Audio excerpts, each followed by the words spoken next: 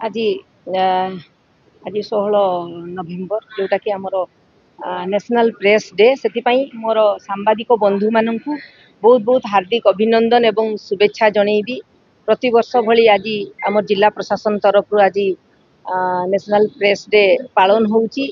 तो ये गोटे बहुत बड़ कथा कहीं आजिकल जो आम आज खास कर कंटेंट थिला जे परिवर्तनशील गणमाध्यम।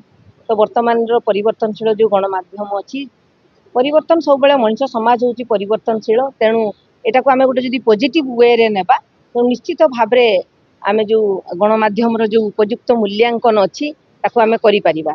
एवं ता सहित आमर जो अच्छा जो सांबादिक माने काम करुचंती तांको पाखरे बहुत चैलेंजेस एबे अच्छी ताकू को भलिया भाबरे से माने मुकाबिला करुचंती।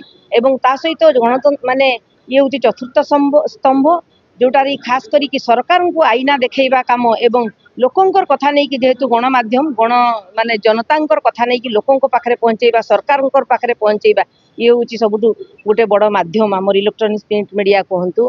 तेणु बहुत धन्यवाद देवी जो भाया भाव में आमर इलेक्ट्रोनिक्स प्रिंट मीडिया काम करुँच आम राज्य में कहतु आम जिले में कहतु एवं निज जीवन को बाजी लगे से काम करुँच। तेणु तांकर कोठी ना कोठी मु भाबुची जे तांको पई गोटे प्रोटेक्शन रो आवश्यकता अच्छी जीवन प्रति जेहेतु विपद रोची। तेणु आगामी दिन में आशा करिबा जे जो आमर बंधु माने अछंती सांबादिक बंधु माने से माने को भलिया भाव में स्वच्छतार सहित एवं निष्ठार सहित निजर काम संपादन करि परिबे।